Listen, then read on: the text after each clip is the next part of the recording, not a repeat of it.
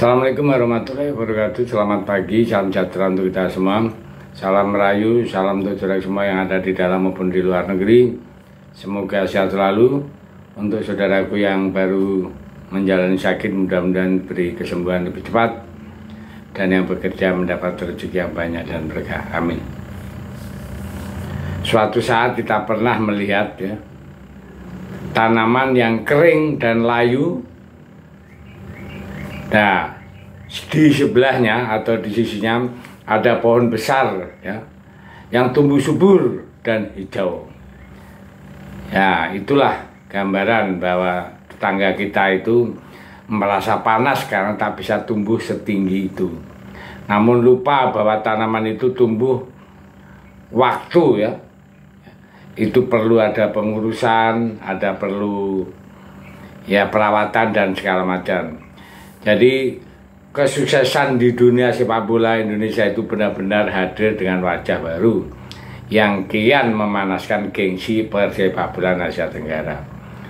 Para tetangga seperti Malaysia dan Vietnam seakan tantrum ya, tak mau ketinggalan, ingin menaturalisasi pemain yang ada, namun jelas secara level Indonesia hampir sulit untuk ditiru.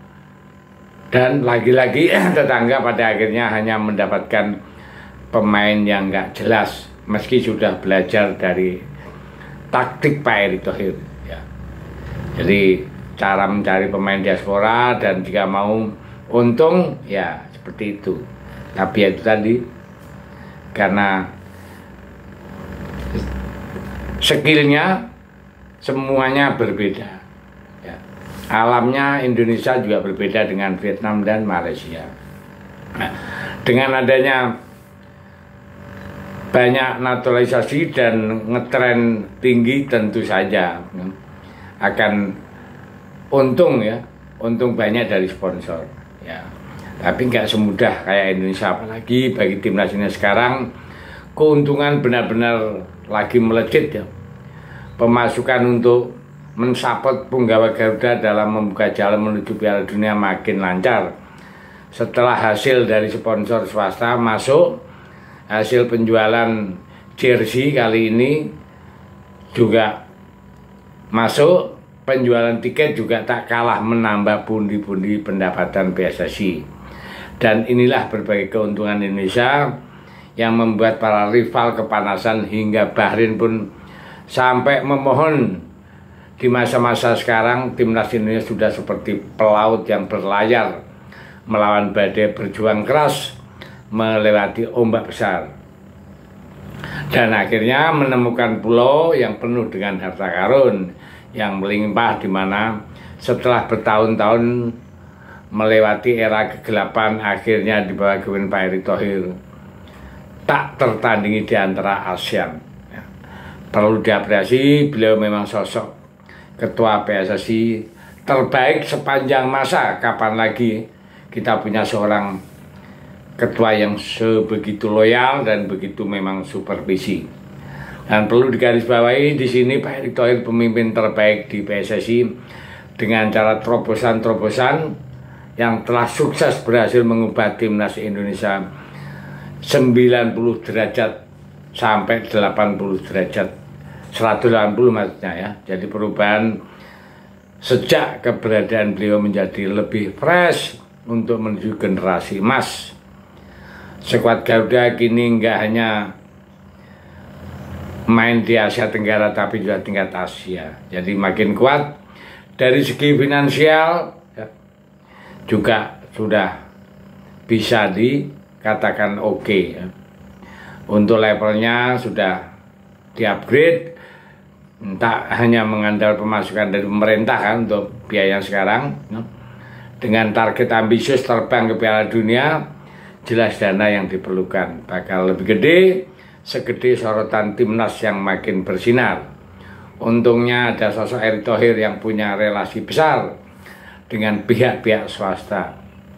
Jadi PSSI kini mendapatkan berbagai gelontoran dana dari sponsor swasta yang tak segan untuk timnas Indonesia.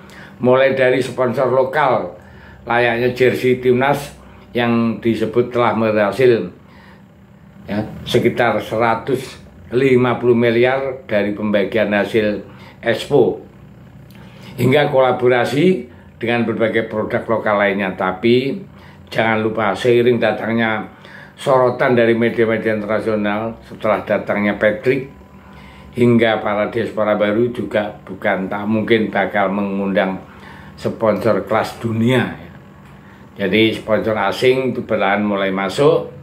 Salah satunya perusahaan swasta asal Nguyen atau Vietnam ya, sudah masuk menjadi sponsor asing yang ikut menggelontorkan dana. Sponsor tersebut adalah Finvest, sebuah perusahaan eksekutif di sektor mobil listrik ya. Jadi roda 4 telah resmi menjadi sponsor Timnas Indonesia melalui perjanjian kerjasama dengan PT Garuda Sepak Bola Indonesia atas nama PSSI, produsen startup otomotif swasta dari Vietnam, di mana mendapatkan sambutan terbuka dari Pak Erick Thohir yang menandatangani perjanjian dengan penggelontoran dana positifnya. Ya, itu. Jadi sekarang yang betul-betul akan kepanasan kan tetangga-tetangga juga. Kenapa? Ini Indonesia udah gila, timnas gila, sponsor banyak masuk ya. Dan langkah yang terbaru PSSI dalam proyek menuju Piala Dunia tahun 2026 secara nominal memang tak diketahui, tapi secara pasti, namun hal tersebut merupakan bagian dari timnas Indonesia go internasional. Alhamdulillah, sekarang dukungan swasta kian besar, sudah mencapai 70% total dari supporting program.